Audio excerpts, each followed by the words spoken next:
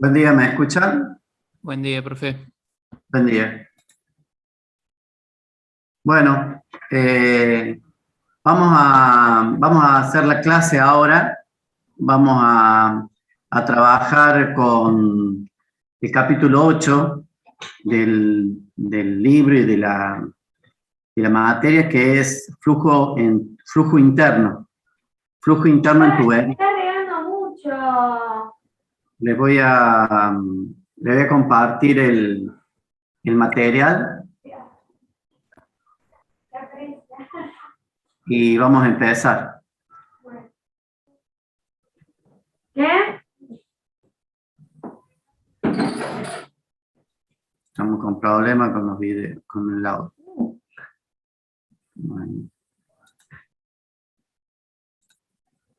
Bueno, buen día, Octavio. ¿Qué tal? Un momento que ya larga. Comparto el material. Este material ya está cargado en la UV, ¿sí? Tengo que revisar a ver si está completo, pero nada más. Tengo que revisar. Pero en general está listo.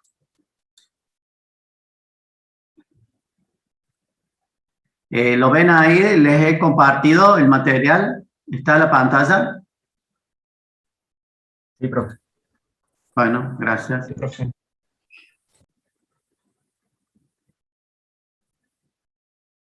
Bueno, cualquier cosa me avisan y no tengo ningún problema de levantan la mano, me mandan un chat, ¿sí?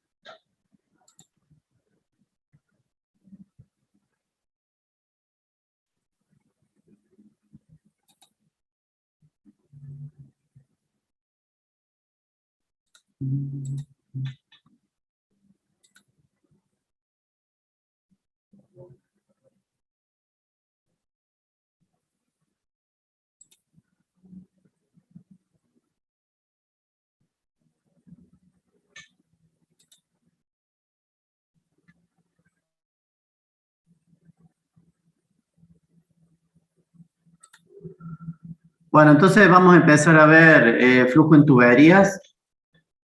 Sería el capítulo 8 del libro. Esto es lo que vamos a ver. Una introducción, flujo laminar y turbulento, o sea, cómo se define cuando un flujo es laminar y turbulento, el número de Reynolds. Vamos a ver lo que es región de entrada y longitud de entrada. Y luego vamos a ver, propiamente dicho, flujo laminar en tuberías y luego flujo turbulento en tuberías. Vamos a ver pérdidas menores y por último vamos a ver redes de tubería y selección de bombas, sistemas de tuberías con bombas y turbina, medición de razón de flujo y de velocidad. Esos son los temas que digamos que componen todo lo que es flujo en tubería. Si ustedes se acuerdan, nosotros en la unidad 1 habíamos visto lo que era flujo interno en tuberías, ¿sí? O sea, habíamos comparado, había una clasificación en la unidad 1 que mostraba que había una clasificación que decía flujo interno versus flujo externo. El flujo interno era aquel que todas las paredes de la cañería estaban mojadas por el fluido, a diferencia del flujo externo, donde, el flujo de canal abierto, donde ustedes tenían que una parte estaba mojada y la otra parte no, y había una superficie libre que era, digamos, la superficie libre tenía presión atmosférica. Voy a buscar el bolígrafo y le voy a marcar. Ustedes tenían que en un río, visto de frente, o en un canal de agua, esto, digamos, el fluido va, digamos, moviéndose de acuerdo a la gravedad. Y ustedes tenían acá, esto era una superficie libre, y acá tenían la presión atmosférica, ¿sí? Entonces, en este tipo de fluidos, los efectos viscosos, la capa límite, por ejemplo, estaba todo sobre esta superficie, ¿sí? Todo sobre esta superficie está la capa límite con la condición de no deslizamiento. Digamos, acá se genera un cierto perfil de velocidades y en esta zona, digamos, hay lo que se llama capa límite. Entonces, eso era flujo externo. Lo que vamos a ver ahora nosotros en una tubería, todo está lleno de fluido, ¿sí? Todo completamente está lleno de fluido. Y vamos a ver que la capa límite, luego de un cierto tramo o una longitud de entrada a la tubería, todo es capa límite, completo, todo está afectado por la capa límite y todo es flujo viscoso. También habíamos visto otra clasificación que era flujo viscoso versus flujo no viscoso. Entonces, en esta zona que era flujo externo, esto era flujo externo, nosotros teníamos que flujo viscoso había en esta zona que yo estoy marcando acá. Ahí había flujo viscoso, ¿sí? En cambio, en esta zona podíamos considerar que los efectos de viscosidad no estaban presentes. Yo estoy viendo un canal de frente, ¿no? Bueno, y con el flujo interno, lo que tenemos prácticamente, con flujo interno, estoy marcando acá, es que toda la región, toda la sección, tenemos que considerar flujo viscoso, ¿sí? O sea que hay efectos viscosos. Bueno, no quiere decir ahora que todo flujo interno sea viscoso, ni que todo flujo externo sea no viscoso. Está claro, en este que es flujo externo, ¿sí? Tenemos que sí hay flujo viscoso acá en las paredes, ¿sí? En cambio, en el flujo interno, en general, vamos a tener que considerar que sí hay efectos de viscosidad en toda la sección. Ya vamos a ver qué es lo que ocurre. Básicamente eso era como una idea. Entonces, leo lo que dice. En este capítulo se considera flujo interno donde el conducto está totalmente lleno de fluido y el flujo se impulsa principalmente mediante diferencia de presión. O sea, la única forma en que se mueve acá es principalmente por diferencia de presión, a diferencia que no hay forma de generarle presión, porque digamos hay una superficie libre que tiene presión atmosférica. Entonces, acá la única forma de que trabaje esto es por gravedad en el flujo externo. Bueno, volvemos al flujo interno. Este hecho no se debe confundir con el flujo de canal abierto, donde el conducto está parcialmente lleno con un fluido y por lo tanto el flujo está parcialmente acotado por superficies sólidas como una zanja de irrigación y el flujo se impulsa solo con la gravedad. Bueno, cualquier pregunta que tengan, levantan la mano. Sigo. El flujo de un líquido o de un gas a través de tuberías o ductos, o sea, flujo interno, ¿no? Flujo en tubería, se usa comúnmente en sistemas de calefacción y enfriamiento y en redes de distribución de fluido. El fluido en estas condiciones usualmente se fuerza a fluir mediante un ventilador o bomba a través de una sección de fluido. O sea, estamos hablando de flujo en tuberías, ¿no? Se pone particularmente atención a la fricción, que se relaciona directamente con la caída de presión y las pérdidas de carga durante el flujo a través de tuberías y ductos. Entonces, lo principal que tienen que retener acá es que en este tipo de flujo hay fricción. Hay fricción y la fricción genera pérdida de presión, ¿sí? Y pérdidas de carga, ¿sí? Eso es lo principal. Pérdida de fricción y pérdida de carga. Y que de alguna forma siempre es necesario que haya algún mecanismo que impulse el flujo a fluir, que como puede ser un ventilador en el caso de aire o de gas, o una bomba en el caso de un líquido. Esta caída de presión es importante calcularla porque en función de esta caída de presión va a ser necesaria la potencia, ¿sí?, de bombeo o de ventilación. Por otra parte, esto se va a dar, esta fricción se va a dar simplemente en una tubería recta, ¿sí? Ya lo vamos a ver en una tubería recta, en función de la longitud que tenga la tubería, va a haber una cierta fricción y va a haber esas pérdidas de presión y pérdidas de carga. Pero también vamos a tener que tener en cuenta que en los sistemas de tubería típicos incluye variaciones de diámetro, ¿sí?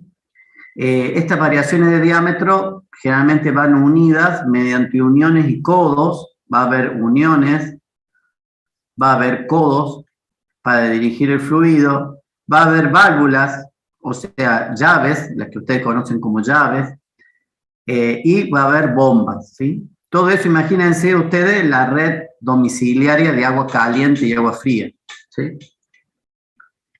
Así que todo eso es lo que vamos a estudiar en esta unidad.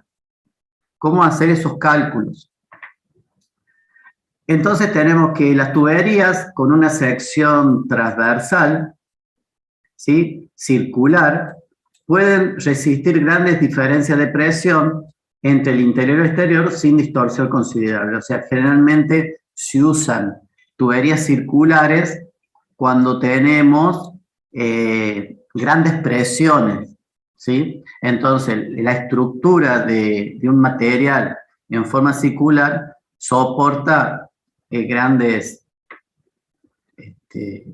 presiones. Por eso generalmente se usa tubería circular. Las tuberías no circulares, ¿sí? Las tuberías no circulares por lo general se usan en aplicaciones como los sistemas de calefacción y enfriamiento de los edificios, donde la diferencia de presión es relativamente pequeña, ¿sí? O sea, la diferencia de presión entre el interior y el exterior, o sea, recuerden que en el exterior casi seguro que es presión atmosférica, y el interior, digamos, tiene una presión por arriba de la atmosférica muy pequeña. Y además hay que disminuir los costos de fabricación, ¿sí? Y aparte hay que buscar espacios para hacer pasar esos ductos. Entonces son los típicos ductos de chapa, ¿sí?, que tienen los sistemas de acondicionamiento de aire, que son esos típicos, digamos, tubos o ductos de chapa, ¿sí? Pero que, bueno, no hace falta que sean con mucho espesor, las paredes son de chapa porque las presiones, la diferencia de presiones no son muy importantes. Si son importantes, sí o sí, el material ya tiene que ser un material de mayor espesor y generalmente de forma circular. Bueno, eso es con respecto de qué está hecha la tubería, ¿no? Bueno, luego, todo esto es como una introducción, ¿no? Aunque la teoría de flujo de fluidos se entienda de manera adecuada, las soluciones teóricas se obtienen solo para pocos casos simples, como el flujo laminar totalmente desarrollado en un tubo circular. O sea, a lo que estoy llegando. Por lo tanto, la teoría se debe apoyar en resultados experimentales, ¿sí?, y relaciones empíricas para la mayoría de los problemas de flujo de fluidos, más que en soluciones analíticas. Entonces, ahora nosotros con lo que tenemos de la teoría, de lo que vimos en la unidad 5, que vimos conservación de la masa y conservación de la energía, con esas ecuaciones nosotros podemos hacer ciertas soluciones analíticas teóricas.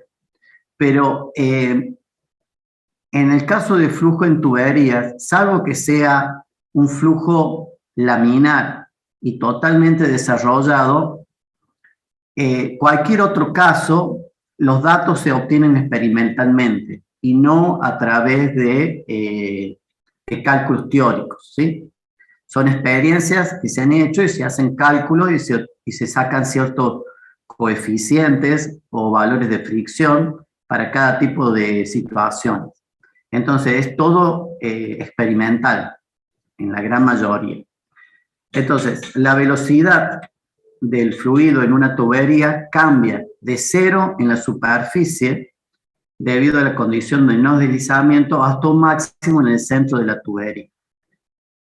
En el flujo de fluidos es conveniente trabajar con una velocidad promedio. Entonces, esta es otra de las cosas importantes. Si yo tengo una tubería, lo voy a tratar de dibujar, vamos a tener que en general, en los bordes de la tubería la velocidad es 0, por condición de no deslizamiento. ¿Se acuerdan que vimos en la unidad 1? Entonces, a medida que vamos hacia el centro, la velocidad comienza a aumentar. Y cuando nos volvemos a acercar a las paredes, la velocidad comienza a disminuir. Así que este sería un perfil típico en el perfil de velocidad es típico en una tubería, ¿sí? Por supuesto, esto está en una sección, en una dirección. En realidad esto tiene forma de una superficie, ¿sí? Bien. Pero en general lo que está explicando acá es que en general se trabaja con una velocidad promedio, ¿sí? Se establece una forma de encontrar una cierta velocidad promedio. Y se trabaja con una velocidad promedio que, digamos, es equivalente al valor real. Y esta velocidad promedio va a estar relacionada sí o sí con el caudal. O sea, va a ser una velocidad promedio que me va a dar el mismo caudal real del perfil. Bueno, entonces, la consecuencia primordial de la fricción en el flujo de fluido es la caída de presión. Esto ya lo habíamos visto. La fricción también genera aumento de temperatura debido al calentamiento por fricción, pero por lo general es muy bajo para garantizar cualquier consideración en los cálculos, por lo tanto se pasa por alto. O sea, se entiende que lo que se pierde por fricción genera un aumento de temperatura, pero que este aumento de temperatura no es tan grande como para, por ejemplo, considerar que varía la densidad o que varía alguna otra propiedad, ¿sí? Por lo tanto, como que se supone que aumenta la temperatura, pero no que afecte otras propiedades del fluido. A eso se refiere en este texto. Bueno, este material ustedes lo van a tener porque la grabación ya está hecha y ya está cargada, ¿sí? Bueno, seguimos. El valor de la velocidad promedio, V promedio, en cierta sección transversal del flujo se determina a partir del requisito que se satisfaga el principio de conservación de la masa. O sea, vamos a tener lo siguiente. El caudal en masa, ¿sí?, va a ser igual a esta integral, ¿sí? Va a ser la integral a lo largo de la sección, esta sería la sección de la tubería, de la densidad por la velocidad en cada punto de la sección por diferencial de área, ¿sí? Si la densidad es constante, bueno, podemos sacarlo como digamos, constante afuera, pero la velocidad no es constante, ¿sí? Entonces, tenemos que resolver esa integral. Entonces, nosotros podemos hacer lo siguiente, justamente, suponer que el caudal es constante y trabajar con una velocidad promedio, como les dije antes. Entonces, de acá yo puedo obtener la velocidad promedio de esta integral. O sea, no trabajar valor con esta integral, pero sí trabajar con el caudal, ¿sí?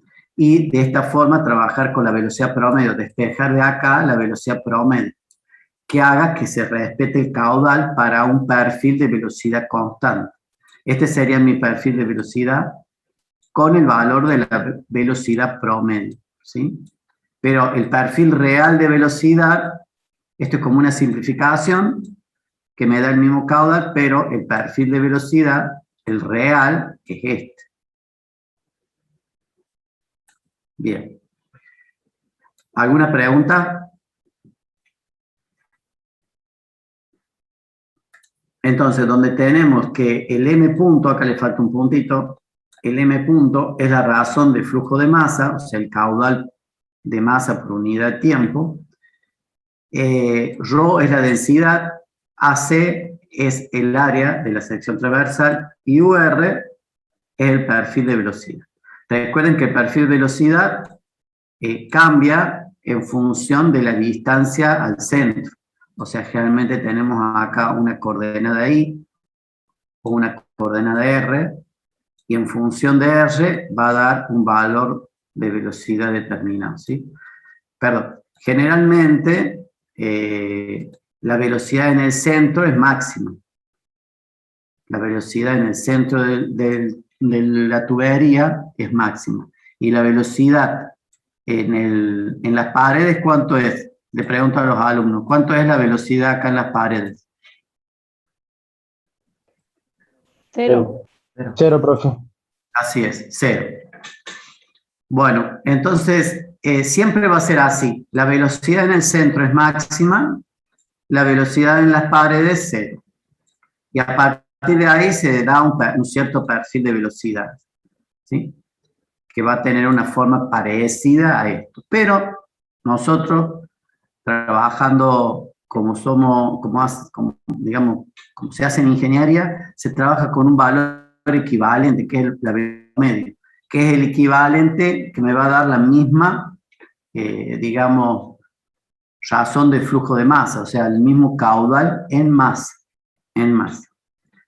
Bueno, entonces justamente la velocidad promedio para un flujo incompresible, por eso es la densidad constante, ¿no? Por eso la densidad constante para un flujo incompresible, la densidad constante, vamos a poner ahí constante, en una tubería circular de radio R, se puede expresar de la siguiente manera. La velocidad promedio me va a quedar igual a 2 sobre radio al cuadrado por la integral. Ahora es una integral de línea, de 0 a R, que sería el radio, de el perfil de velocidades por el radio por diferencial de R. Eso es lo que me va a quedar, porque despejando acá velocidad promedio de lo que vimos anteriormente, teníamos la integral. A su vez, si la densidad es constante, se puede simplificar las densidades acá, y acá tengo el área, ¿no es cierto? Estas eran las densidades, y tengo el área, que es pi por radio cuadrado, y acá tenía 2pi por radio, que era el diferencial de área. Este diferencial de área era igual a 2pi por radio por diferencial de radio, ¿sí? Entonces puedo simplificar el pi acá y me va a quedar el 2, puedo sacarlo como constante, el radio, que es el máximo valor, no es una variable, es el radio máximo, entonces me queda esta expresión que está acá. Lo vamos a recuadrar. Este es el valor de la velocidad promedio. Por supuesto, hay que definir cómo es el perfil de velocidad, ¿no? Esto hay que ver, por ejemplo, hacer un experimento y sacar ese perfil de velocidades, ¿no? A partir de allí, generar esta ecuación y a través de algún cálculo numérico, computacional, y calcular después la velocidad promedio. Bien, en consecuencia, cuando se conoce la razón de flujo o perfil de velocidades, la velocidad promedio se puede determinar fácilmente. Entonces, fíjense lo que dice. En consecuencia, cuando se conoce o la razón de flujo o el perfil de velocidades. Entonces, si se conoce el perfil de velocidades, usamos esta ecuación. ¿Está claro? Para calcular la velocidad promedio. Y si se conoce la razón de flujo, o sea, el caudal de masa, ¿sí? Podemos utilizar esta expresión. O sea, hacemos velocidad promedio igual, ¿sí? Lo voy a hacer acá abajo, el caudal en masa, ¿sí? Dividido la densidad dividido la sección, ¿me entienden? Eso es más fácil todavía. Pero tengo que saber el caudal en masa, de alguna forma tengo que medir. Y ahí puedo obtener la velocidad promedio. ¿Me entienden? O sea, tengo dos formas de obtener la velocidad promedio. A través, sabiendo el caudal en masa, dividiéndolo por la densidad y dividiéndolo por la sección, o si sé el perfil de velocidades, genero esta integral que está acá. Y de allí puedo obtener directamente la velocidad promedio. Bien, esto son los primeros conceptos, ¿sí? De lo que es flujo en tubería. Bueno. Y ahora vamos a empezar a ver el flujo laminar y turbulento. ¿Por qué hay que ver este tema primero? Porque no es lo mismo que en una tubería haya flujo laminar o que haya flujo turbulento. El cálculo de las pérdidas por fricción, las pérdidas de presión, las pérdidas de carga, cambia. Cambia si tenemos flujo laminar o turbulento. Entonces tenemos que, sí o sí, ver este tema de cuándo nosotros decimos que es flujo laminar y cuándo decimos que es flujo turbulento dentro de una tubería. Entonces, se observa que el flujo de una tubería revela que el flujo de fluidos es de líneas de corriente aproximadamente paralelas a bajas velocidades, pero se vuelve caótico conforme la velocidad aumenta sobre un valor crítico, como lo muestra en la figura. Entonces, nosotros tenemos, esto imagínense ustedes una tubería, hay una cierta flujo a una velocidad promedio determinada.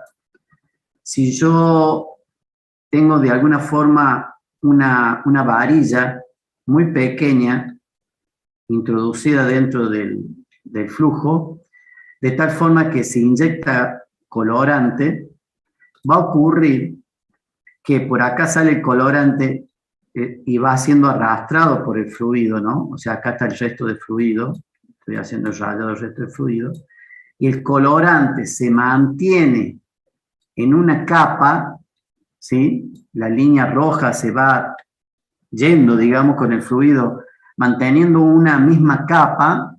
Nosotros allí estamos en flujo laminar.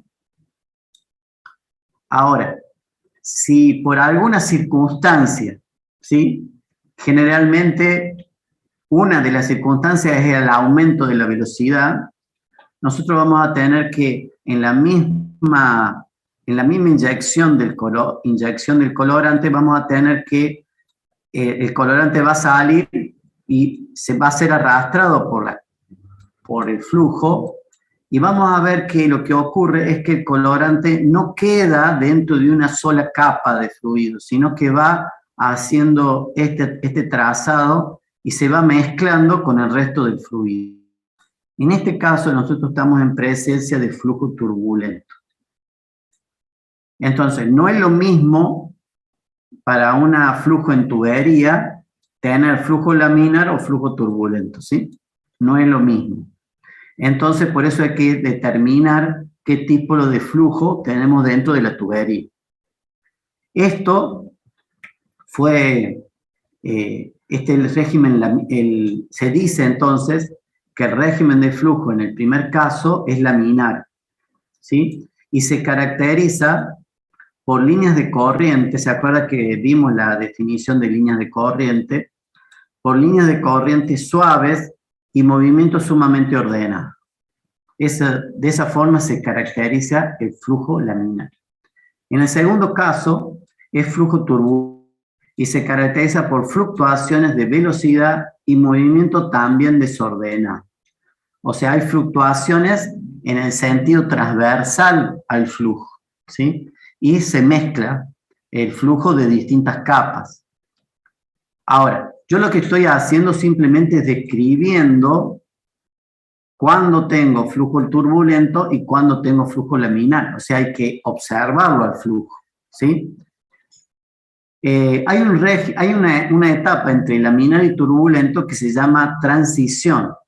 La transición del flujo laminar a turbulento, ¿sí? Esta transición, porque en general lo que trata de explicar, si que vayan al libro, explica que yo tengo un cierto flujo laminar y voy aumentando la velocidad y en un momento dado comienza a ser turbulento el flujo. O sea, comienza a haber mezcla por aumentar la velocidad. Pero entre laminar y turbulento hay una zona de transición a unas ciertas velocidades, a un régimen de velocidades, porque no ocurre repentinamente el pasar de flujo laminar a turbulento, más bien sucede sobre ciertas regiones en las que el fluido actúa entre flujo laminar y turbulento antes de volverse totalmente turbulento. La mayoría de los flujos que se encuentran en la práctica son turbulentos, ¿sí? En la realidad, en la vida normal. El flujo laminar se encuentra cuando los fluidos son muy viscosos, como los aceites, fluyen en pequeñas tuberías o pasajes estrechos. Allí nosotros vamos a tener más probabilidad de que tengamos flujo laminar. O sea, cuando un fluido muy viscoso, es más probable que sea flujo laminar que turbulento, pero no quiere decir que sí o sí va a ser laminar. Tiene más posibilidades de ser flujo laminar, ¿sí? Entre dos fluidos, uno que tenga más velocidad que otro, el que tiene más velocidad es más probable que sea turbulento, ¿sí? Que el anterior. Y un flujo que vaya dentro de tuberías pequeñas de diámetro, ese tiene más probabilidades que sea laminar, ¿sí? Que otro que tenga una mayor sección. Ahora vamos a ver todo eso. ¿Está claro hasta ahora? Sí, profe. Bueno, entonces, dice lo siguiente: la intensa mezcla del fluido, en el turbulento se mezclan las distintas capas, como resultado de las rápidas fluctuaciones, mejora la transferencia de cantidad de movimiento entre las partículas de fluido, lo que aumenta la fuerza de fricción sobre la superficie y por lo tanto la potencia de bombeo necesaria. El factor de fricción alcanza un máximo cuando el flujo se vuelve totalmente turbulento. Dos cosas. Nosotros, en el flujo en tuberías, nosotros vamos a trabajar con un factor de fricción, ¿sí? Ese factor de fricción es el que genera justamente las pérdidas de presión y las pérdidas de energía mecánica, que se llama. Y ese factor de fricción es más grande cuando el flujo es turbulento. Entonces, ese factor de fricción, al ser más grande cuando es turbulento, quiere decir que las pérdidas de presión, las pérdidas de carga, cuando es turbulento, es mayor. Y por lo tanto, se necesita mayor potencia de bombeo cuando el flujo es turbulento. Por eso es que es necesario saber si es laminar o turbulento para calcular correctamente el factor de fricción.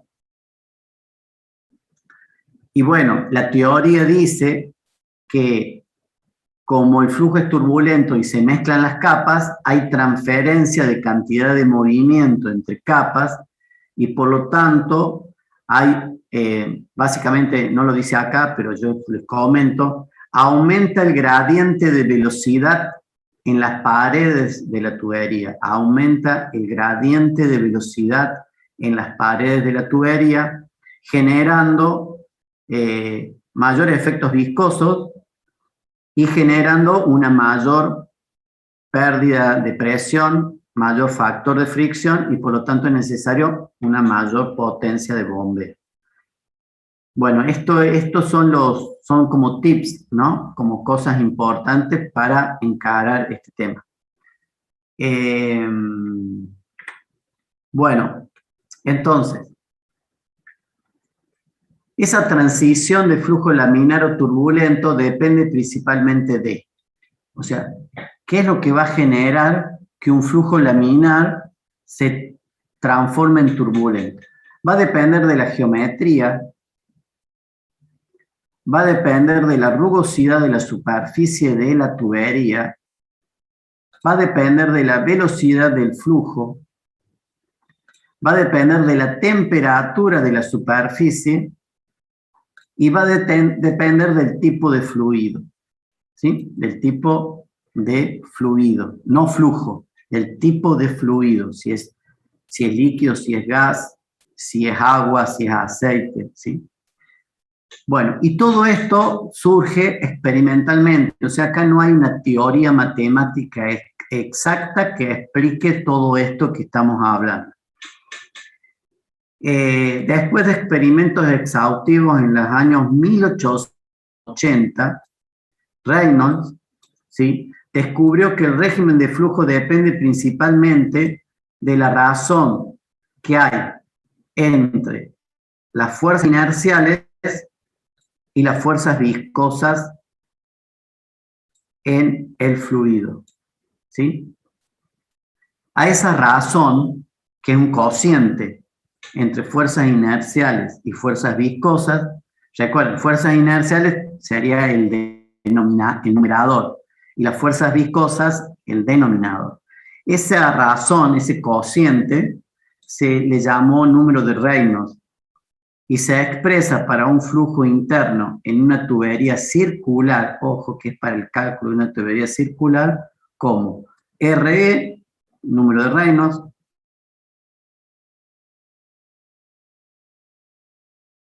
cosas. Entonces sería igual a, esta sería la forma que tenemos que ver, después vamos a ver la otra, sería la densidad multiplicada por la velocidad promedio multiplicada por el diámetro de la tubería dividido la viscosidad del fluido. Esto es propio del fluido y este también es propia del fluido. Pero tanto la velocidad como el diámetro son propias del flujo, ¿sí? Entonces, si ustedes se fijan acá, vamos a tener que a igual densidad e igual viscosidad, o sea, para un flujo, para un fluido determinado, el número de Reynolds a mayor velocidad, ¿sí?, a mayor velocidad, mayor número de Reynolds. Acuérdense de eso, ¿no es cierto? O sea, la velocidad, si tenemos un tipo de fluido, por ejemplo, agua,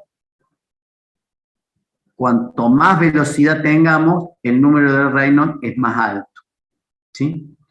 Y cuando tengamos un diámetro más grande en la tubería, para un diámetro más grande, mayor va a ser el número de Reynolds. ¿Está claro? Entonces, esto está en relación con lo siguiente. Para un determinado fluido, por ejemplo, cuanto más velocidad tengamos, más fuerzas inerciales tenemos, ¿sí? Más fuerzas inerciales tenemos. Ahora, por otra parte, si nosotros tenemos un fluido más viscoso, por ejemplo, nos vamos de agua a aceite, está bien, el aceite va a tener su densidad, pero va a tener una viscosidad más alta, ¿sí? Y por lo tanto, al aumentar la viscosidad, aumentan las fuerzas viscosas y disminuye el número de Reynolds, ¿sí? Entonces, no solo depende el número de Reynolds del flujo, del tipo de flujo que tenemos, o sea, la velocidad y el diámetro, sino que también depende del fluido que se trate. Bueno, fíjense que hay otra fórmula acá, que acuérdense que la viscosidad con la densidad era la viscosidad cinemática, que era esta. Entonces, otra forma de expresar el número de Reynolds es la velocidad promedio por el diámetro dividido viscosidad cinemática.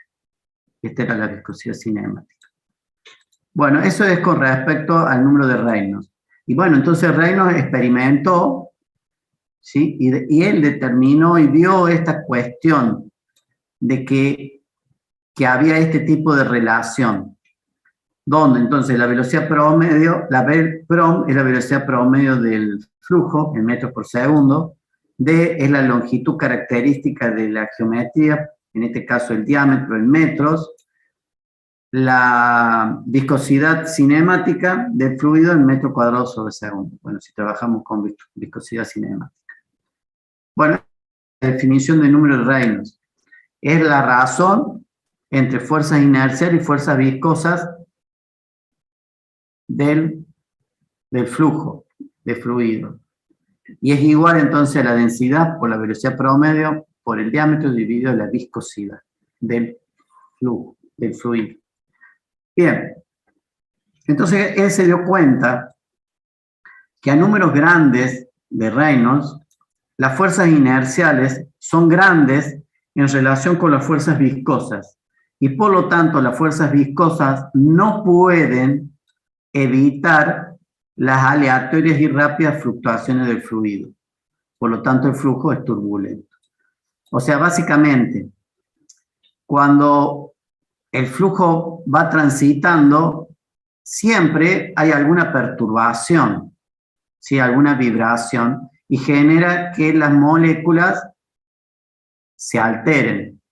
Pero debido a que las fuerzas viscosas no son suficientes frente a esas fuerzas inerciales, no lo pueden detener ese movimiento aleatorio, y el movimiento aleatorio va aumentando, ¿sí? Y estamos en presencia de flujo turbulento.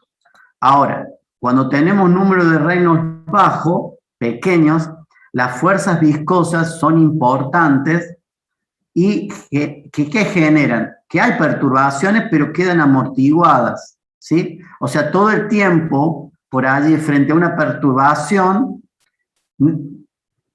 esa perturbación es amortiguada y tenemos flujo laminar. O sea, casi no nos damos cuenta de las perturbaciones porque son amortiguadas rápidamente.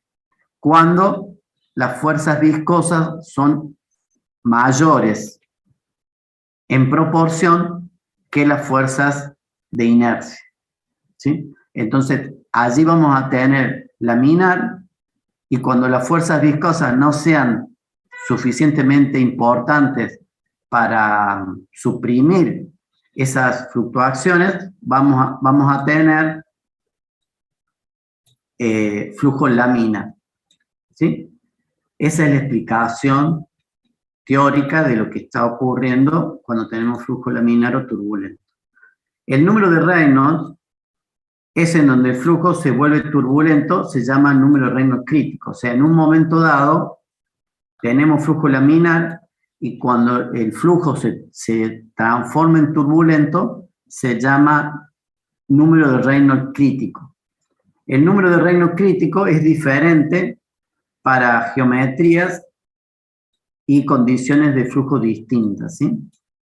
Bien, acá lo que explica es que, bueno, justamente acá en la gráfica está mostrando que se transforma en turbulento, hay otro tramo laminar y nuevamente turbulento. Esto es típico del flujo en transición, ¿sí? Hace algo parecido a esto cuando está en la etapa de transición, mezclado laminar con turbulento.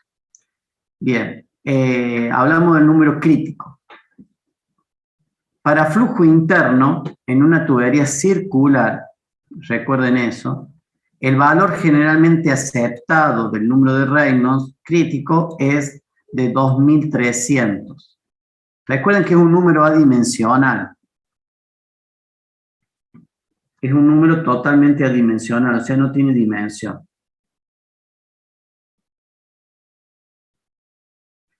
Bueno, para flujo a través de tuberías no circulares, o sea, ¿qué pasa cuando la tubería no es circular? El número de Reynolds se basa en el diámetro hidráulico, ¿sí? Que se define como el diámetro hidráulico va a ser igual a 4 veces el área de la sección dividido el perímetro. Esta es una fórmula de diámetro hidráulico. Esto es para calcular el diámetro si es que no fuera circular, ¿sí? Si fuera circular, se usa directamente esta ecuación. Cuando no es circular, este valor, ¿sí? Este valor hay que calcularlo y meterlo en la ecuación, en la misma ecuación que vimos antes, simplemente que al no tener circular no podemos tener un diámetro. Entonces este es el diámetro como un diámetro equivalente, donde el AC es el área de la sección transversal de la tubería y P es su perímetro. Entonces acá en el libro, esto lo extraje del libro, ustedes tienen, por ejemplo, si tienen un tubo circular, el diámetro hidráulico es igual al diámetro de la tubería. ¿Está claro? O sea, aplicando la misma fórmula esta que está acá, terminan dando el mismo diámetro de la tubería. Pero si el ducto es cuadrado de lado A por A, ustedes van a tener que el diámetro hidráulico, aplicando esta fórmula que está acá, les va a dar directamente igual a A. ¿Sí? Y si el ducto es rectangular de A por B, el diámetro hidráulico directamente va a ser, aplicando la fórmula esta, ¿no es cierto?, va a ser igual a 2AB dividido A más B. Ese va a ser entonces para estos tres tipos de ductos. Bien, creo que en el libro hay otra geometría, pero yo, bueno, les puse estas que eran las más comunes. Alguien que querrá hacer una tubería triangular, bueno, habrá que hacer el cálculo, que está acá, ¿sí? Teniendo en cuenta esto. 4 veces la sección dividido el perímetro. Pero es el perímetro húmedo, o sea, es el perímetro mojado por el fluido, ¿no? Bien. ¿Alguna pregunta hasta acá? No, profe. Bien, entonces, principalmente resumiendo, hay que definir antes de empezar a hacer cálculo de tuberías, cuál es el número de Reynolds. El número de Reynolds se calcula con esta forma que está acá. Esta que está acá. Esta que les marqué acá, se calcula el número de Reynolds. O sea, la densidad por la velocidad promedio por el diámetro dividido la viscosidad. Si da más de 2300, tenemos que suponer que ya no es flujo laminar. Entonces ahora vamos a ver esa parte. No se puede, dice, no se puede tener valores precisos de número de Reynolds para flujo laminar, transicional y turbulento. Recuerden, son todos datos experimentales. La transición de flujo laminar a turbulento también depende del grado de perturbación del flujo por la rugosidad de la superficie, las vibraciones de la tubería y las fluctuaciones en el flujo. O sea, yo puedo tener un flujo laminar y en otras circunstancias el mismo flujo ya no es laminar, a pesar que tiene la misma velocidad, todo lo mismo. ¿Por qué? Porque en un caso puede estar soplando un ventilador o una bomba que no genera perturbaciones. Entonces, sigo teniendo la misma. Y en otro caso puedo tener una situación donde la bomba genera perturbaciones y entonces ya el flujo no tiene suficiente viscosidad como para suprimir las perturbaciones, se transforma en turbulento. O sea, no es solo que depende del número de Reynolds, ¿sí? Pero, digamos, con cierta, digamos, seguridad, se puede decir que para condiciones prácticas, el flujo en una tubería circular es lo siguiente. Para el número de Reynolds menor a 2300, se toma flujo laminar. Para número de Reynolds entre 2300 y 4000, se toma flujo transicional. Y para el número de Reynolds mayor de 4000, se toma flujo turbulento. ¿Sí? Ahora, yo esto les explico siempre a los alumnos. ¿Cuál es la situación donde considero flujo laminar o turbulento? La única forma es mirarlo al flujo. Verlo al flujo, hacerle la prueba esta de la tinta, inyectarle tinta y ver realmente qué pasa con el flujo, si es laminar o turbulento. Pero realmente nosotros dentro de una tubería, por ejemplo de plástico, de PVC o de hierro, nosotros no podemos ver cómo es por dentro el flujo. Entonces, esta tablita nos da una idea, aparte tal vez ni siquiera esté construido, ¿me explico? La tubería la están diseñando, pero esta tablita nos da una cierta idea de por dónde empezar a trabajar, si lo vamos a considerar laminar o lo vamos a considerar turbulento. Y acá explica, en el flujo transicional el flujo cambia entre laminar y turbulento de manera aleatoria, como yo le expliqué en esta gráfica que estaba acá, ¿sí? En forma aleatoria. Acá, como le expliqué acá. Se comporta de esta forma. Recuerden, estas son partículas que van saliendo de tinta, ¿sí? Y van haciendo esto aguas abajo, ¿no? Esto va siendo arrastrado por el torrente, por el flujo, y uno ve esta forma. Bueno, acá, esto es lo que les quería comentar. Se debe tener en mente que el flujo laminar se puede mantener en números de Reynolds muchísimo más altos en tuberías muy lisas cuando se evitan las perturbaciones de flujo y las vibraciones de la tubería. Hay experimentos que han llegado a 100.000 Reynolds y todavía siguen siendo laminar, ¿sí? Porque están trabajando, que no hay perturbaciones en el flujo, no hay nada, la bomba no genera perturbaciones o se han eliminado, y tampoco hay vibraciones en la tubería. Pero una tubería con un número de Reynolds de 100.000, basta que uno la golpee a la tubería por fuera, le pega un golpe y se generan esas perturbaciones y no hay forma de detener que se transforme en turbulento. ¿Me explico? O sea, mientras nadie lo toque, sigue siendo laminar, pero está en una situación totalmente inestable. Basta cualquier perturbación que se genere y se transforma en turbulento. Por eso es que esta tabla, digamos, es una cuestión práctica, ¿sí? Una cuestión práctica. No vamos a suponer nunca que un flujo de un número de Reynolds de más de 4.000 va a estar todavía en laminar, ¿sí? Porque sabemos que no, porque va a haber alguna perturbación, porque va a haber alguna oscilación en el flujo y se va a transformar en turbulento y no lo vamos a poder, no se va a poder, digamos, la relación entre fuerzas inerciales y fuerzas viscosas no da para que esas perturbaciones sean suprimidas, ¿sí? Bueno.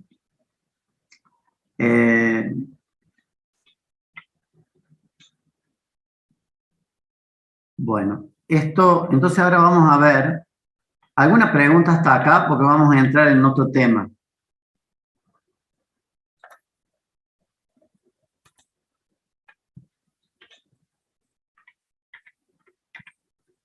¿No? ¿Ninguna pregunta? Nada, profe. No, profe. Bueno. Ahora vamos a entrar en un tema nuevo o que está relacionado a esto que se llama región de entrada. La región de entrada. Vamos a considerar un fluido que entra por una tubería circular a una velocidad uniforme.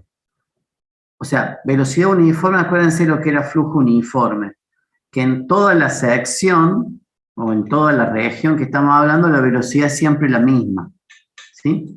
Esa era velocidad uniforme. O sea, entra a la tubería con una velocidad uniforme. Debido a la condición de no deslizamiento, las partículas del fluido en la capa en contacto con la superficie de la tubería se detienen por completo.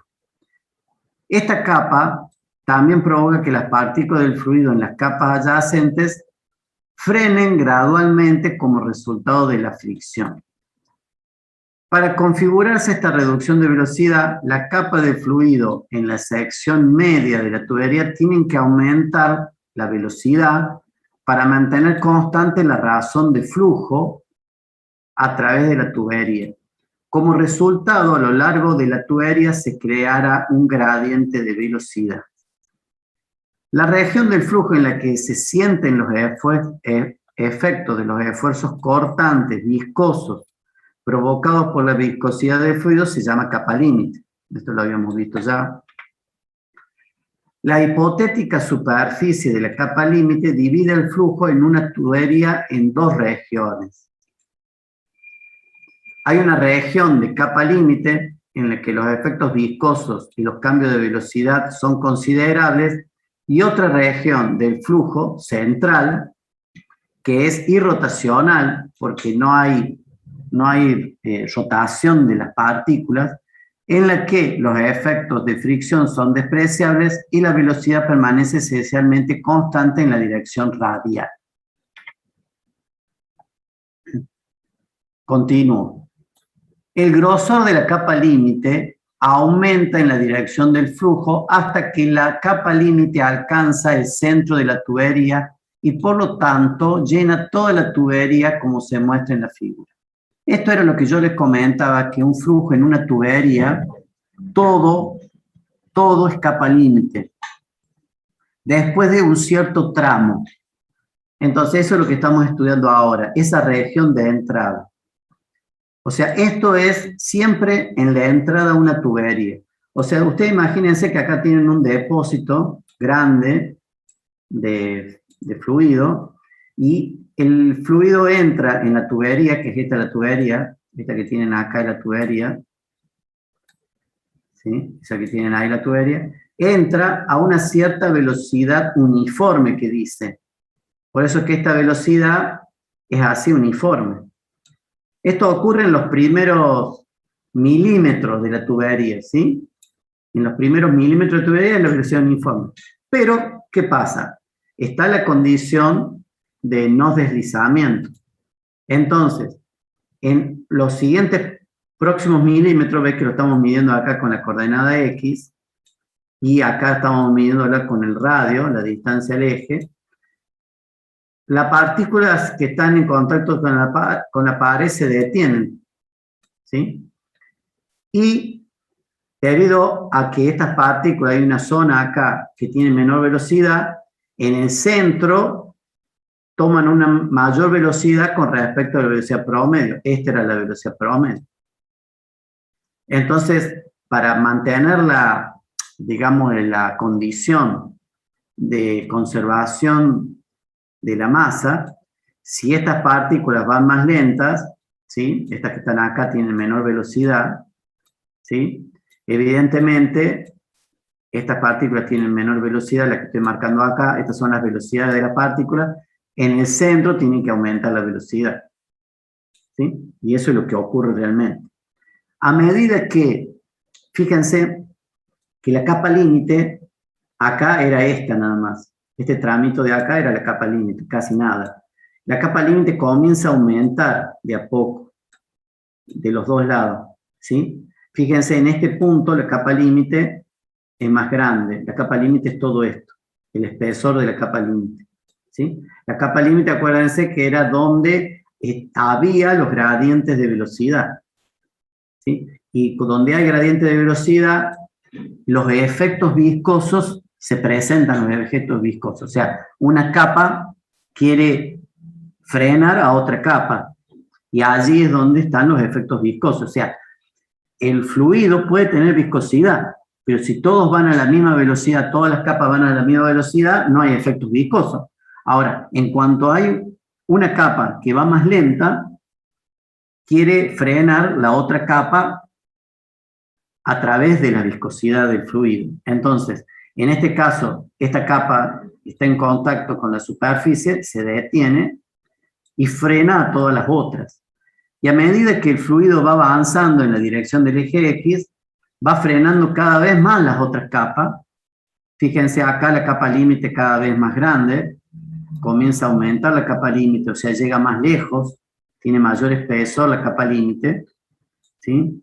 Y comienza a haber, digamos, por otro lado, la velocidad en el centro comienza a aumentar, más todavía, fíjense, esta era la velocidad promedio.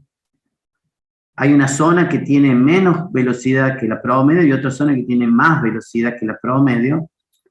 Y, digamos, esto sigue avanzando hasta que hay un punto que la capa límite llega hasta el centro de la tubería. O sea, tiene tanto espesor que llega hasta el centro de la tubería.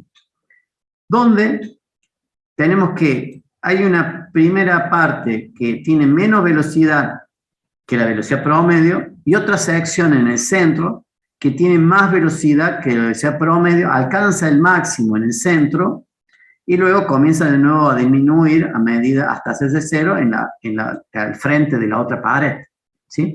Recuerde que esto que estoy haciendo yo acá en realidad es una sección circular, ¿no? Y por lo tanto esto que parece una parábola es un paraboloide, ¿no? Es un 3D. Bien. En este punto donde la capa límite alcanzó el centro de la tubería, prácticamente la capa límite ocupó todo, o sea, toda esta región que está acá, tiene efectos viscosos, ¿sí? Toda esta región es viscosa, el tipo de flujo es viscoso. Y se dice que en este lugar el perfil de velocidad está totalmente desarrollado, ¿sí? Es como que al principio el flujo uniforme y rotacional, sin efectos viscosos, y a medida que se va trasladando a lo largo de la tubería, comienza a cambiar. Hay zonas viscosas y zonas no viscosas, ¿sí? Estas son las tres zonas, digamos. Las zonas viscosas comienzan a aumentar hasta alcanzar toda la tubería, todo el centro de la tubería. Por lo tanto, ya acá no hay flujo, en ningún lugar hay flujo irrotacional, ¿sí? No hay flujo uniforme. Hay un perfil de velocidad totalmente desarrollado y por lo tanto los efectos viscosos, límite, los efectos viscosos ocupan toda la sección. Esta longitud, desde donde entra el fluido en la tubería hasta donde el perfil se desarrolla completamente o hasta donde la capa límite llega al centro, se llama región de entrada hidrodinámica, ¿sí? Región de entrada hidrodinámica. Y a partir de un cierto punto de la tubería comienza a ser la región hidrodinámicamente desarrollada en su totalidad, ¿sí? Entonces, por otra parte, fíjense que la velocidad promedio esta que teníamos no dependía del radio, ¿sí? Pero acá, en este perfil de velocidades, sí depende del radio. Alcanza el máximo valor en el centro, ¿sí? Mucho más que la velocidad promedio que teníamos, y es cero en las paredes de la tubería. Eso es lo que se tienen que acordar. A partir de este punto, a partir de la longitud, la región de entrada hidrodinámica, ¿sí? A partir de este punto, el perfil de velocidades se mantiene con esta forma, ¿sí? El perfil de velocidades se mantiene con esa forma ya. Bueno, entonces, esto es bueno entenderlo porque tenemos un flujo irrotacional acá a la entrada sin efectos viscosos y acá tenemos un flujo rotacional, es rotacional, porque acá, por ejemplo, entre estas dos velocidades, ¿sí? Hay una diferencia de velocidad y si nosotros ponemos acá una pelotita de ping-pong, por ejemplo, acá, estaría rotando. Aparte de moverse así, estaría rotando. Por eso tenemos que es rotacional, ¿sí? Bien. Y hay efectos viscosos, la capa límite ocupa toda la sección, son todas, digamos, conceptos que les va a dar para entender qué es lo que pasa, digamos. Ahora, el caudal, ustedes me van a preguntar, el caudal acá, en esta sección, ¿es igual a este caudal acá? Les pregunto a ustedes yo.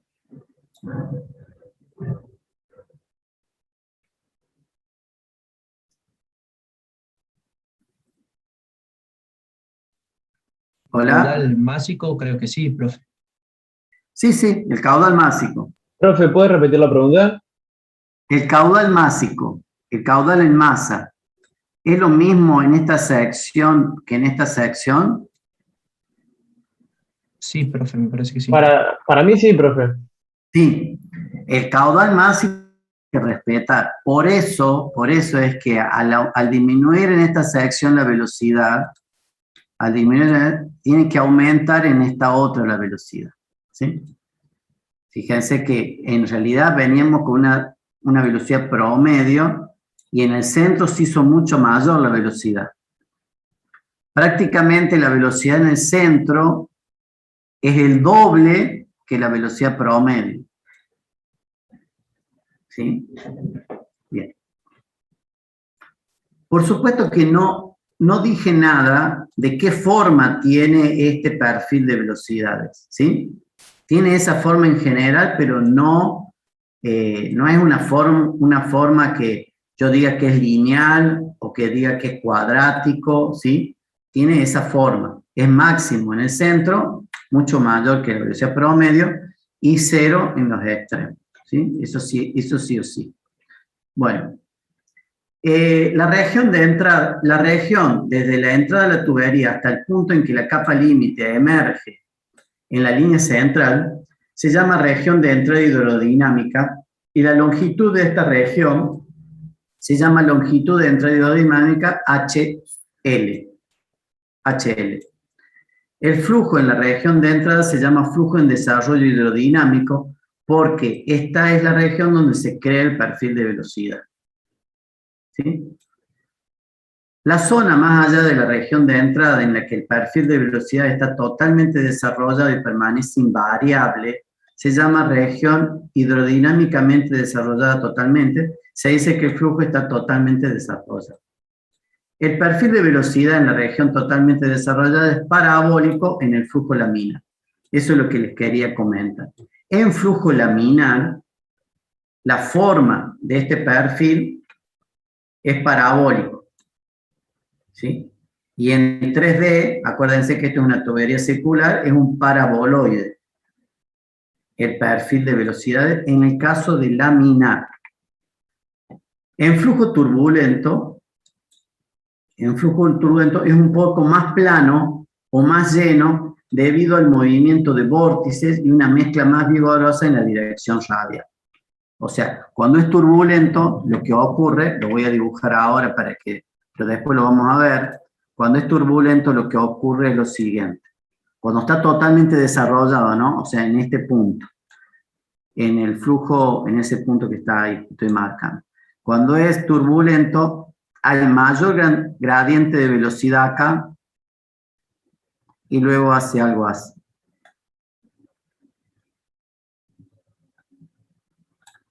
O sea, hay un mayor gradiente de velocidad radialmente, ¿sí? Hay mayor velocidad, mayor variación en las velocidades y en el centro es como más amesetado, ¿sí?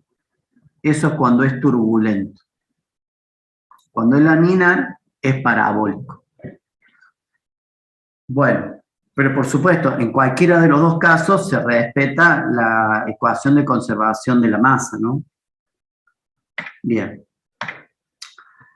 Entonces tenemos lo siguiente. El perfil de velocidades promediado en el tiempo permanece invariable cuando el flujo está totalmente desarrollado. O sea, la derivada parcial del perfil de velocidades con las variables R, que es radio, y X, y la derivada de esa parcial de la velocidad con respecto a X es igual a 0.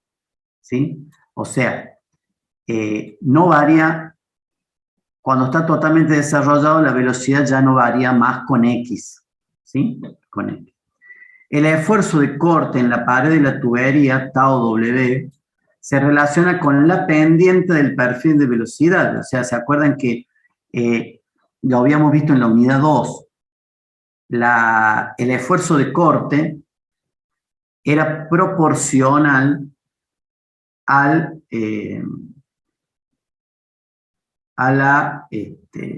gradiente de velocidad o también a la razón de deformación, ¿se acuerdan? Entonces, cuando se observa que el perfil de velocidad permanece invariable en la región hidrodinámicamente desarrollada por completo, el esfuerzo de corte de pared también permanece constante. O sea, luego de un cierto tiempo, de una cierta longitud, ¿sí? Así como permanece invariable el perfil de velocidades, también permanece invariable el esfuerzo de corte. El esfuerzo de corte. Ahora lo vamos a ver, el esfuerzo de corte. Entonces, este es un perfil. Acá de nuevo tenemos la tubería, la región de entrada y todo lo demás. Y vemos que el esfuerzo de corte, acuérdense, el fluido está haciendo un esfuerzo de corte a la pared de la tubería.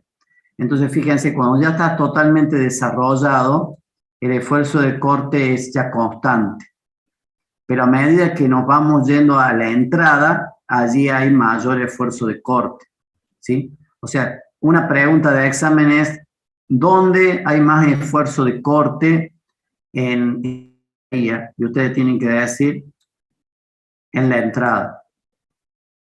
En la entrada hay mayor esfuerzo de corte en la tubería. ¿Está claro? O sea, si supongamos que ustedes tuvieran una tubería de un material muy delgado, ¿sí? Que no, una tubería que no se aguanta nada, ¿sí? Supongamos una tubería hecha de papel, ¿sí? Y usted acá está entrando aire, ¿dónde se va a arrugar primero la tubería? ¿Dónde se va a empezar a doblar la tubería? En la entrada. Porque ahí están los esfuerzos, mayores esfuerzos de corte, ¿sí?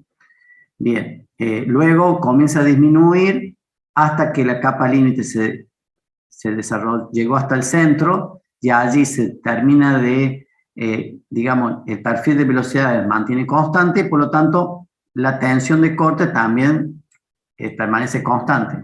Un poco menos que en la entrada y permanece constante. Entonces acá hay una gráfica de la tensión de corte, el esfuerzo de corte, versus esa longitud. Entonces, a medida que, fíjense, a medida que cuando entra es máxima y va disminuyendo hasta mantenerse, va disminuyendo cada vez más despacio hasta permanecer constante después de la para región de flujo totalmente desarrollada. ¿Sí? Esto es una idea de qué es lo que pasa realmente en el flujo en una tubería. Bueno, ¿cuánto tiempo queda? Vamos a ver. Un ratito más y a ver, vamos a tratar de... Está bien, vamos a hacer hasta ahí. Bueno, entonces después tenemos lo siguiente. Profe, Sí. una consulta. Sí. ¿Siempre va a ser mayor el esfuerzo en la entrada, ya sea turbular o laminar el flujo? Sí, siempre va a ser mayor en la entrada. Allí donde... Sin importar si el flujo es laminar o turbulento.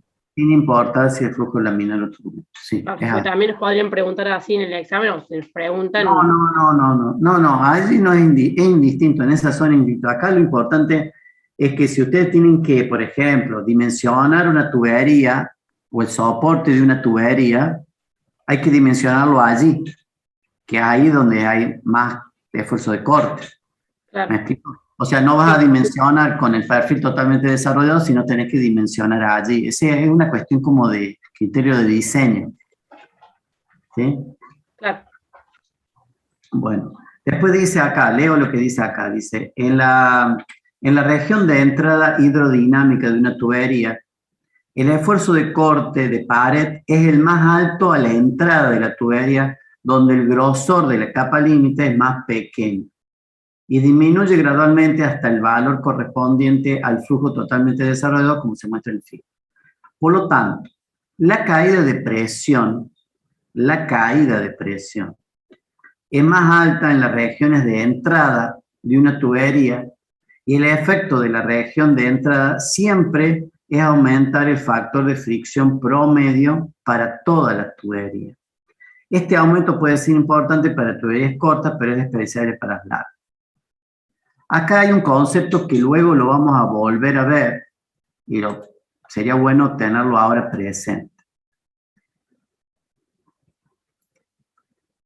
La caída de presión en una tubería se da por la fricción contra las paredes de la tubería, pero también por este tramo de entrada. Entonces, yo puedo tener, voy a tratar de hacer un dibujo acá, después lo podemos completar. Yo puedo tener una tubería así de larga, ¿sí? Donde ya está el flujo desarrollado. Y va a tener, por la fricción con las paredes que estoy marcando, va a tener una pérdida de presión, ¿sí? Pero yo puedo tener más pérdida de presión por tener, por ejemplo, una tubería así de cortita que entra acá de un depósito. Luego tengo un aumento de la sección. Luego tengo de nuevo una restricción, ¿sí? O tengo, por ejemplo, una válvula acá, ¿sí? Una válvula, pongo una llave ahí. Y luego tengo de nuevo así un codo. En cada uno de esos elementos, va a volver a empezar el tema de la región de entrada. De nuevo, en cada uno de estos vamos a tener región de entrada acá. Acá también va a haber una región de entrada, pero de otro tipo. Región de entrada acá de nuevo. Región de entrada acá. Región de entrada acá. Región de entrada acá. Región de entrada acá. ¿Sí? En cada elemento vamos a tener una región de entrada y es ahí donde hay mayores, digamos, esfuerzos de corte, regiones de factor de fricción. Y eso es lo que va a generar que en un trámite corto de tubería, con un montón de accesorios y de cambios de flujo, puedo tener inclusive mucho más fricción que en una tubería larga, recta y larga, ¿sí? Eso es lo que... Pero esto lo vamos a reforzar después. A este tipo de pérdidas, a este término de pérdidas en tuberías en general largas, se llaman pérdidas mayores. Y a este tipo de pérdidas que yo marqué acá, se llaman pérdidas menores. Pero al final no quiere decir que las pérdidas menores, sumadas todas, no sean mayor que las mayores. ¿Me explico? Pérdidas menores porque están generadas por este tema de la región de entrada, que después lo vamos a ver bien. Por eso dice, este aumento puede ser importante para tuberías cortas, pero despreciable en las largas. Claro, porque si yo tengo una larga, ¿sí? Tengo una tubería larga y también en la entrada voy a tener una pérdida, pero luego voy a tener pérdidas por fricción a lo largo de la tubería. Entonces, en ese caso puede ser que esta pérdida sea mucho más importante que esta pérdida que tengo en la entrada. ¿Está claro? En la pérdida total. Pero, si yo llego a tener una tubería corta que tiene una entrada, ¿sí? Luego tiene otra entrada más. Tiene otra entrada más porque hay otro cambio de sección o una curva o una bifurcación en T. ¿Me entienden? Entonces todo eso va a generar que cada una de esas vuelve a haber una pérdida por entrada. Y a pesar que es corta la tubería, tiene más pérdida o igual pérdida que una tubería larga como esta. A eso se refiere este texto. De todas formas, es un concepto que lo vamos a ver un poquito más adelante, en la clase que viene posiblemente. Bueno, vamos a tratar de ir redondeando. Esta longitud, seguimos con longitud de entrada, y dice lo siguiente. La longitud de entrada hidrodinámica usualmente se toma como la distancia desde la entrada de la tubería hasta donde el esfuerzo de corte de pared y por lo tanto el factor de fricción alcanza dentro de aproximadamente un 2% del valor correspondiente al flujo totalmente desarrollado. O sea, del valor del flujo totalmente desarrollado, un 2% más, hasta ahí contamos la región de entrada. En flujo laminar, la longitud de entrada hidrodinámica está dada aproximadamente por eso ves la diferencia entre flujo laminar y turbulento. En flujo laminar, la longitud de entrada se toma como un cálculo aproximado, un 5% del número de Reynolds multiplicado por el diámetro. Para un número de Reynolds, por ejemplo, de 20, la longitud de entrada hidrodinámica es casi del tamaño del diámetro, pero aumenta linealmente con la velocidad. En el caso límite laminar, por ejemplo, un Reynolds de 2300, la longitud de entrada hidrodinámica es de 115 veces el diámetro. O sea, si tengo un diámetro de 1 centímetro, voy a tener 115 centímetros de longitud de entrada. ¿Sí? Bien. Ahora, si el flujo es turbulento, la intensa mezcla durante las fluctuaciones aleatorias usualmente ensombrece los efectos de difusión molecular. La longitud de entrada hidrodinámica por flujo turbulento se puede aproximar como 1,359 el diámetro por el número de Reynolds elevado a la 1/4. Por lo tanto, esta longitud de entrada es mucho más corta en el flujo turbulento, como se esperaba, y su dependencia del número de Reynolds es débil. O sea, el número de Reynolds multiplicado por elevado a la 1/4 es un valor que es más chico. La longitud de tuberías que se usan en la práctica usualmente es de varias veces la longitud de entrada, ¿sí? Y por lo tanto el flujo a través de las tuberías con frecuencia se supone como totalmente desarrollado para toda la longitud de la tubería. Entonces, una fórmula práctica es la longitud de entrada en el flujo turbulento es 10 veces el diámetro. 10 veces el diámetro, ¿sí? En flujo turbulento. Y en flujo laminar, una buena aproximación es que la longitud de entrada vale 115 veces el diámetro. O sea, la longitud de entrada de turbulento es más corta, ¿sí? Es más chica. 115 en el laminar veces el diámetro y 10 veces el diámetro en el turbulento. Bueno, estos son cuestiones experimentales, ¿no? Ojo. Bueno, nada más. Yo acá terminamos la clase. Esto ustedes lo tienen, tengo que revisar las grabaciones, pero creo que están ya cargadas las grabaciones. Me voy a fijar de todas formas si se pueden ver bien. Y bueno, continúo con este tema la clase que viene. La clase que viene vamos a ver flujo laminar en tuberías, y el que quiere avanzar leyendo algo, y vamos a ver cómo se calculan las pérdidas de carga y las pérdidas de presión en flujo laminar, usando ecuación de la energía, como ven acá. Ven acá, ven la ecuación de la energía. Y bueno, y después vamos a ver, bueno, para distintos tipos de tubería, y luego vamos a empezar a ver lo que es flujo turbulento en tubería, cómo se hace el cálculo, que es parecido al otro, pero hay que tener algunas consideraciones extras, y usar el diagrama de Moody, es este el diagrama de Moody, para flujo turbulento, y todas estas cuestiones. Después vamos a ver el tema de pérdidas menores, que es lo que yo le hablaba a ustedes, cuando tenemos codos, válvulas, restricciones, aumento del diámetro de la tubería o disminución brusca del diámetro de la tubería, tenemos las pérdidas menores estas que les hablaba, que hay que agregárselo a las otras pérdidas. Ya vamos a ver cómo. Acá tenemos como constantes experimentales que ya se han utilizado, ya se han calculado en algún momento, para calcular las pérdidas menores. Y luego vamos a ver cómo se puede calcular para redes de tubería. O sea, ¿qué pasa cuando tengo dos tuberías en serie, como en este caso, y qué pasa cuando tengo dos tuberías en paralelo? Y luego su cálculo para bombas, cómo calcular la potencia de una bomba de acuerdo al sistema y las curvas de bomba, todo eso.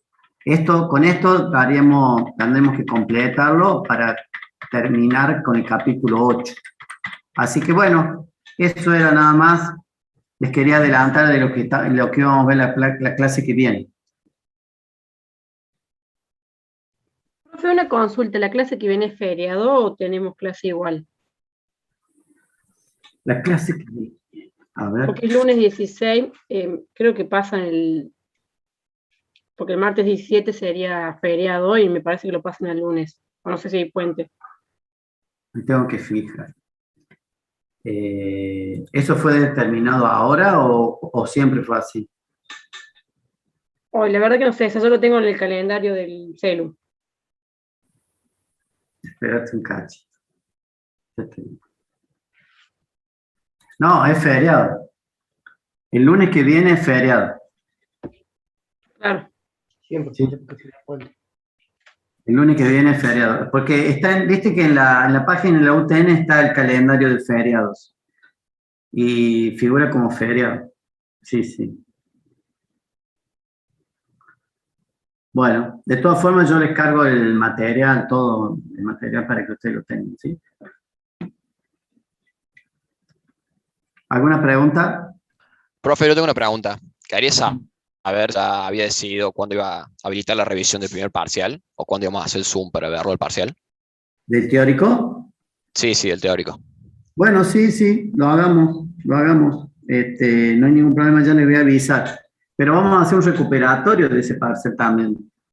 Sí, lo que pasa es que quería ver más errores porque, nada, hubo muchas preguntas que dudé un poco y no sabía en qué fundido era para eso. Bueno. Sí, lo vamos a hacer en breve, antes que termine agosto. Bueno, dale, gracias. Nos vemos entonces. Nos vemos. ¿Alguna otra pregunta? Ingeniero, ¿me escucha? ¿Cómo? Tengo una consulta. El parcial del recuperatorio del teórico en noviembre, ¿no? Sí, es cierto eso así está programado, pero en realidad la idea es dar un recuperatorio de ese primer parcial. Bien, perfecto. Sí, no, tenía dudas sobre respecto de cuándo era el recuperatorio, por eso bueno, era mi duda nada más. ¿Cómo? Perdón, te escucho muy bajito. Que tenía la duda de cuándo era el recuperatorio del primer Claro, el recuperatorio programado es a fin de año y es el primer parcial y el segundo, pero vamos a dar un recuperatorio antes para que no se haga muy lejos, ¿sí? No se vaya muy lejos. ¿Cuál cosa lo publica la autogestión? Sí, yo les voy a estar informando. Bueno, perfecto. Muchas gracias. Profe, y una pregunta. Por ejemplo, yo me saqué un 750 en la parte práctica y bueno, yo no rendí el parcial teórico y me gustaría rendir el recuperatorio, pero no sé si voy a tener la posibilidad de promocionar la parte práctica para rendir la teórica. Y bueno, pero yo tampoco lo sé. ¿Y qué hacemos, por ejemplo, en este caso? Y no, tienen que rendir el segundo práctico a ver cómo les va. Claro, pero si tenemos que recuperar el primer parcial teórico. Ah, ¿y no recuperaron? No, Perdón, ¿cuándo sacaste 750? el parcial práctico, el primero. Ah, ¿y no recuperaste? No. Y bueno, yo, por ejemplo, te aconsejo que hagas el segundo parcial práctico y te presentes al recuperatorio después del primero. A ver si puedes levantar un poco la nota y a partir de allí ves qué es lo que puedes hacer. O sea que se va a poder recuperar el primer parcial teórico a fin de año también. Claro, no, sí. Siempre estuvo programado que la recuperación es a fin de año. Lo que yo estoy dando la posibilidad a los que quieran de recuperar el primer parcial ahora. Ah, bueno, listo, muchas gracias. El tema, chicos, el tema es lo que nosotros queremos que ustedes sigan estudiando. No que lean el reglamento y se ajusten al reglamento.